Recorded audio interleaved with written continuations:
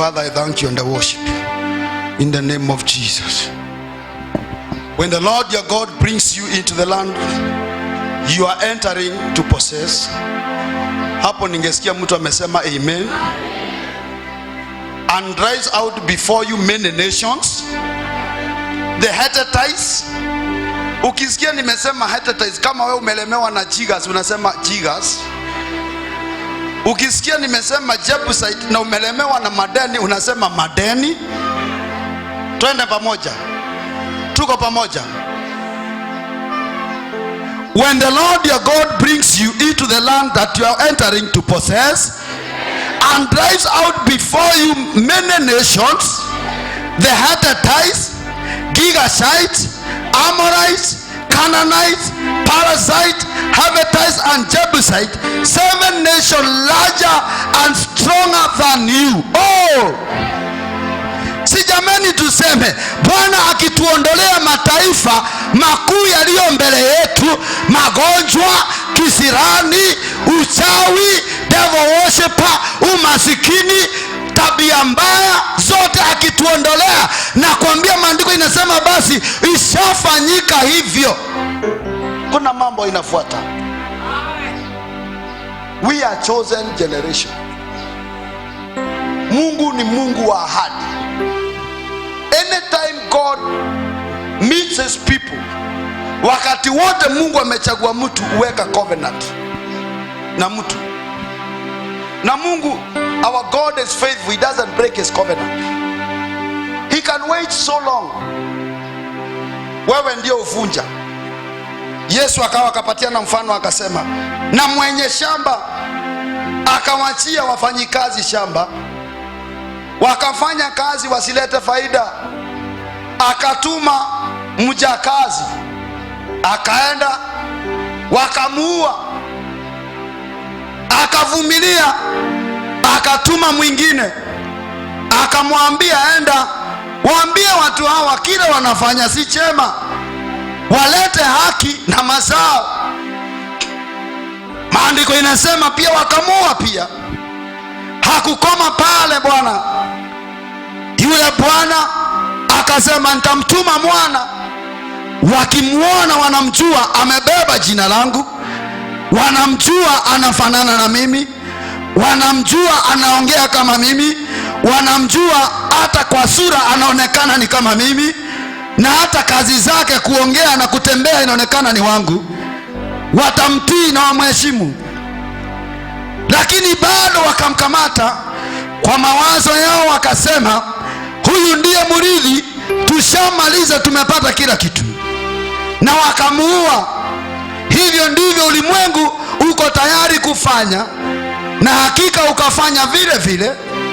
Alitutumia mwanawe wa pekee, alituma manabii, alituma Samueli, alituma wengine mpaka wakakatwa, walituma kama John the Baptist wakakata kichwa, walituma wengine wakachemusha, walituma wengine wakawapiga, wakawahangaisha.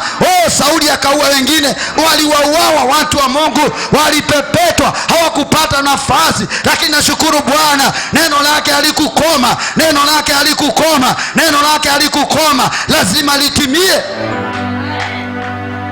He had a covenant with man, na havunji ahadi yake haraka. Si kama vile wewe unafikiria imevunjika tayari. Ringa katika Bwana. Watu hawakujui, lakini Bwana anakujua. Anasema you are precious, you are chosen people, you are not the world. Wacha kumare na the world, wacha kuingia na ulimwengu. Pastor George akasema wacha kuongea kama mtu wa ulimwengu, wacha kutembea na kalenda ya Kenya. Mimi natembeaga na kalenda ya Bwana. Najua kwamba I'm fearfully made. Mimi ni honorable.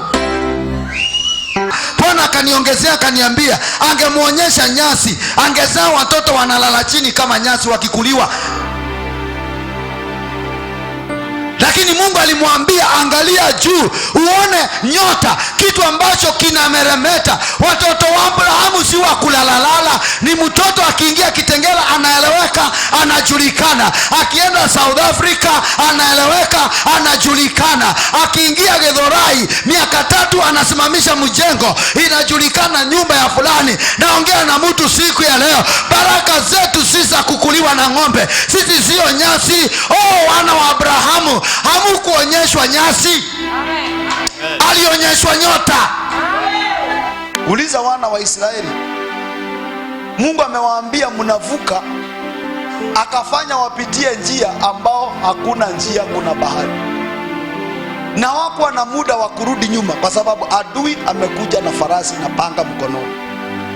Bwana akisema ninakujua, it is not just kukujua. Mungu anamaanisha ninakujua kutoka kimo mpaka pahali yuko na kule unaenda. Anamaanisha when God says I know you by your name, anamaanisha I know you in all your distinctive nature. I know you with all your adversaries. I know you with all your allies. I know you with all your capability. I know you. Si jina tu. Akisema Mary I know you, anamaanisha kuzaliwa kwako, kule unaenda, uko wapi leo. Wazazi wako hawajui uko na masaa ngapi. Hata wakasema watakwambia tarehe, lakini Mungu anajua how many seconds you have lived. Anajua nywele zako. Nikienda kuzimu na ingiaga nikiwa na Yesu, na Yesu hawezi akazuiliwa. Kwanza akiingia wanatetemeka, wanaona Yesu, wanaona Yesu. Dada moja nilimwangalia na macho, akaniambia siwezi nikakuangalia. Nikamuuliza kwa nini? Akaniambia naona moto, naona mtu amevaa nguo za white, anakaa kama mzungu. Ni kama Yesu. Nikasema Yesu ni asante kwa kuruhusu mwili wako ukaja ndani yangu. Kumbe neno la Bwana lilo ndani yako ni Yesu. Neno la Bwana lilo ndani yako ni Yesu. Ile neno umehifadhi na Bwana ni Yesu. Ule ufunuo uko na wa Bwana, huyo ni Yesu. Anaweza akafanya kazi wakati wowote. Maandiko inasema Marko 4 mstari wa 35, akawaambia tuvuke ng'ambo ile. Wakaingia katika merikebu na wanafunzi wake. Wakaendelea, dhoruba ikatokea, nyumba zikafungwa, watu wakafutwa kazi, kampuni zikafungwa, utasa ukainuka, mtu akafukuzwa, mtu akadivorsiwa. Hakujua kwamba ako kwa merikebu na Yesu. Ninaongea na kanisa ya leo na kuambia bali unapitia, Yesu yuko. Mwite Bwana Yesu. Na ndiye maandiko inasema kwamba wakaendelea na ujuzi. Petero akawaambia leteni bucket. Akawaambia hii bahari naijua. Akawaambia wakati nilikuwa kijana nilikuwa nashika samaki na mikono hii, mimi kukiumana nitaruka ndani. Akawaambia wakajaribu ujuzi, wakaenda kwa faulu, wakaenda Barclays, wakaenda kwa uchumi, wakaenda wapi, wakaenda kwa vyama vya wamama, wakaenda kila pahali. Wamama wengine aliniambia kija kwa nyumba mimi umpigia magoti. Wakajaribu lakini haikufaulu. Bwana anaingia kwa nyumba, mama anapiga magoti, anamfungua viatu, anaambia nitakuua. Anaitwa ng'ombe hii, anaitwa kungu hii, anaitwa mbwa. Anajaribu kunyenyekea, akajaribu kunyenyekea lakini haikuwezekana. Lakini wakati moja akaja tukaomba na yeye, nikamwambia kwa jina la Yesu wewe ni mshindi, kwa jina la Yesu wewe ndiye mkubwa, kwa jina la Yesu wewe ndiye komanda. Kile utakuwa unasema ndio kitafanyika, kile utakuwa unaamua ndio kitakuwa kinafanyika, kwa sababu maandiko inasema Yoeli 2 mstari wa 28, nitamimina mafuta yangu kwa watu wangu, kizazi hiki watoto wadogo watatabiri.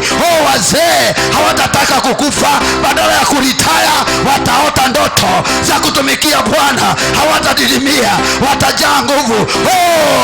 Naongea na mtu Kalebu akakumbuka kuna neno la Bwana. Kalebu akakumbuka niko na ahadi, akakumbuka mifupa yake ikajawa na nguvu. Anointing ikashuka, akajawa na maono, akajawa na tamaa ya kuishi tena. Akamwambia Joshua, sikia na ukumbuke ni miaka 45. Wakati Musa nilikuwa na miaka 40, sasa niko na 85. Na mtumishi Joshua aliongea neno la Bwana. nilifikia ni yeye, nimekumbuka ni Bwana alisema kwamba mimi si wa kugawiwa pahali tu ya kupakana na mtu. Mimi ni wa kupatiwa mlima, mimi ni wa kupatiwa mlima, na nimeona mlima, na huu mlima ni mzuri. Niko na nguvu kama wakati nilikuwa na forte. Nasikia kwenda na mtu, nasikia kupigana. Hata usiniwachie watu, mimi na nyumba yangu tunatosha. Neno la Bwana lina uwezo, liko na uzima, liko na uwezo, liko na uzima.